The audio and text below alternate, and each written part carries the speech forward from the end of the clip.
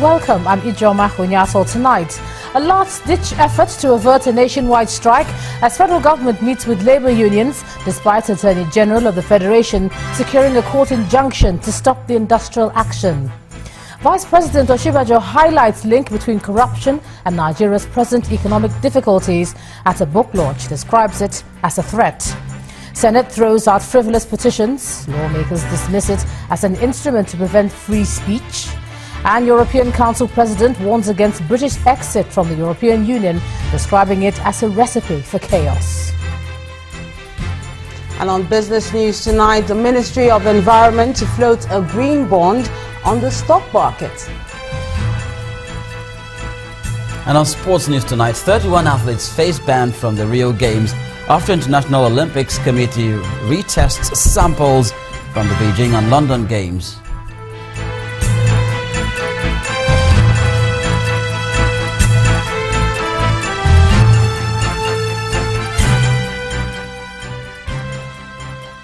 The federal government has reached an agreement with the Joe Ajero faction of the Nigeria Labour Congress to set up a committee to resolve agitations over the new pump price of petrol. The committee is expected to address the downward review of the pump price, determine the new minimum wage, and consult with the PPPRA for effective price regulation of petroleum products. That committee is to submit its report in 2 weeks. In the meantime, the Ayuba Waba faction of the Nigeria Labour Congress is still meeting with representatives of the federal government. You recall that earlier this morning when we adjourned, the comrades promised to go and meet, consult with their constituency and come back for yet another meeting to share with us their position on the issues under conversation. We've listened to one another. We've had some further conversation this evening, and we've all agreed that is Labour and the representatives of the federal government under the Secretary to the Government of the Federation, we've agreed on the following: that we will set up we work towards setting up a framework for the review of the national minimum wage. Because we all agree that this has to be a tripartite body. Number two, that Labour appreciates the decision of the federal government to set up ₦500 billion in the 2016 budget to cover what the Minister of Budget described as social investment.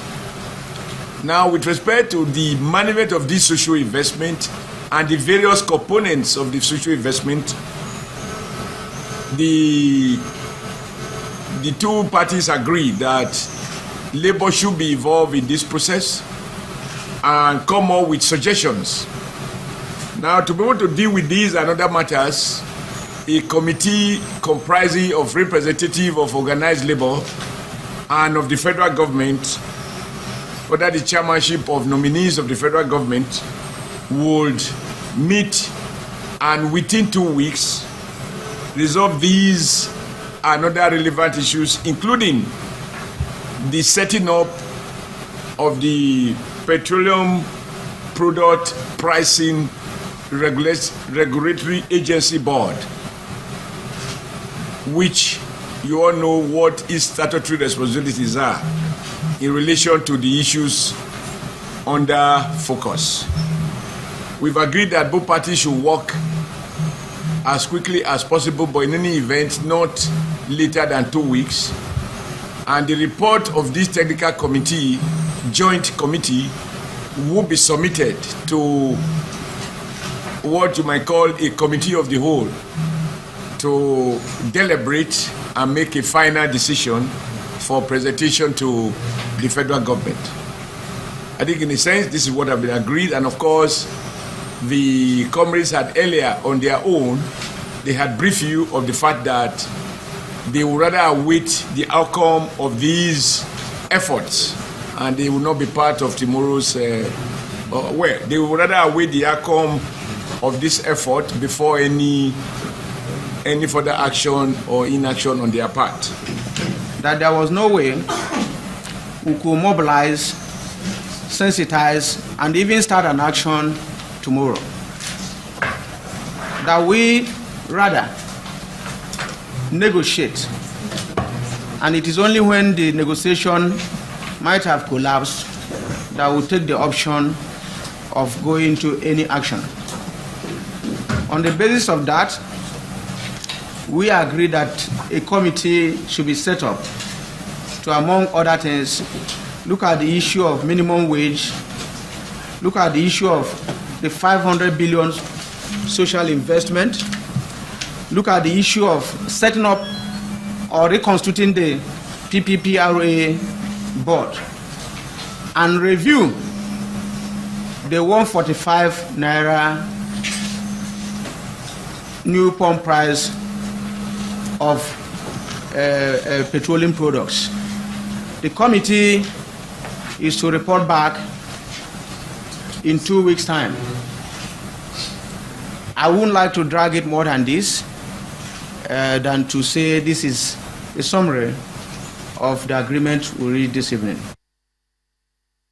In the meantime, the National Industrial Court has granted the Attorney General of the Federation, Abubakar Malami, an order restraining the Nigeria Labour Congress from going on strike, pending the hearing and determination of the suit brought before it by the AGF. Ruling on an ex parte motion filed by the AGF on behalf of the federal government, Justice Babatunde Adejuma ordered the parties to maintain status quo until the hearing and determination of the ex parte motion. Although the NLC was not represented in court, the presiding judge said the order would lapse in 7 days. Well, much more than that. The issue has to do with as to whether the conditions precedent are observed, as to whether the policy decision is something on the basis of which the Labour Congress can embark on strike action, because this has to do with an issue that borders on policy. We were surprised that when the scarcity was biting hard, there was no action taken by the Labour Union, and now that the scarcity is no longer there, they are embarking on strike action. So we have to come to court to seek for determination as to whether they are entitled by law to embark on strike action on a policy decision that has to do with deregulation or otherwise. The specific prayer is that there should be an injunction that no strike action should be embarked upon until after parties come to court, place their respective positions, and then the court take a final determination. And now the Senate is backing the federal government in its decision to remove subsidy on petrol and the recent price modulation of 145 naira per litre. This was announced today after a closed-door meeting which lasted for about an hour. The Deputy Senate President, Ike Ekweremadu, says the Senate resolved to meet with members of the Federal Executive Council to find a sustainable way of improving the welfare of Nigerians. On Monday, the House of Representatives held a special session to discuss the new fuel price regime. It is the turn of the Senate to discuss the recent developments in the petroleum downstream sector on Tuesday, but they did this behind closed doors. After the executive session, the Deputy Senate President, who presides over the proceedings, reads the resolutions of the federal lawmakers at the closed-door meeting. We sympathize with the ordinary people of Nigeria on the hardships they are going through. The Senate will engage the federal government to find sustainable ways of improving the welfare of the people of Nigeria. 2, that we call on government to continue to engage the organized labor and other stakeholders to resolve the issues in order not to ground the system and impose more hardship on our people. And 3, the government should immediately start implementing palliatives or palliative measures contained in the 2016 Appropriation Act passed by the National Assembly. Addressing a news conference after the plenary, the Vice Chairman of the Senate Committee on Information says government is selling the wrong argument, saying the problem is not the hike in the price of fuel, rather it is the cost of transportation. Everybody in Nigeria knows the price of petrol. But if you go to London and you visit London, nobody knows the price of petrol in London. What you know is the price of transportation. That is all that matters. If the federal government had a mass transit policy, and all of us here today, you go by bus, it costs you 200 naira to go to work, and you deregulate, and it still costs you 200 naira to go to work, nobody will protest. The problem you have in Nigeria today is very, very simple. The government is selling the wrong argument. The argument is not the price of petrol, the argument is the cost of transportation. He also says the new fuel price regime may not be sustainable because of the exchange rate of a naira to the dollar. Linda Akibe, Channels Television News. Away from the fuel price debate, the Vice President says the problem of corruption remains a threat to the nation's future. Professor Yemi Osinbajo made the observation at the official presentation of the book, Anatomy of Corruption in Nigeria, Issues, Challenges and Solutions in Abuja. The book, authored by Senior Advocate of Nigeria, Yusuf Ali, gives an in-depth analysis of corruption, compiles expert examinations into its effects, and recommends strategies to eradicate it. Our correspondent Gloria Umezuoke reports. The arrival of the Vice President was greeted by hundreds of lawyers, stakeholders and top government functionaries. The presentation of the book, Anatomy of Corruption in Nigeria, Issues, Challenges and Solutions, could not have been launched at a better time. The Vice President, Professor Yemi Osinbajo, identifies causes of the menace. The problem of corruption is a leadership problem. It's a leadership problem. And when we refer to leadership, we're talking not just about political leadership, because as you know, we have leadership, all the leadership cadres in Nigeria, religious, judicial, social, every cadre of leadership.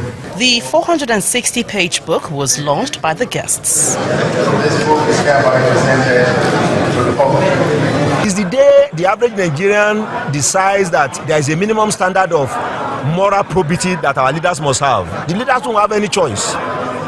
But it's because we connive, we condone, we tolerate. That is why the thing is festering. So once the average Nigerian decides that, look, we have had enough of corruption, corruption will go in this country. Senior lawyers at the event equally made salient observations and way forward for the country. We are recovering loots, and it's time to be corrected. We are not trying to stop loots and looting. What the EFCC does every day is to say, former minister, we have gotten him arrested, former national security advisor is this, is that. Are we saying, or what have we done in respect of the present holders of such offices? Why do we have to be investigating and prosecuting corruptions on a large scale? What is the root cause? We should go into that, because justice system is like treating the effect.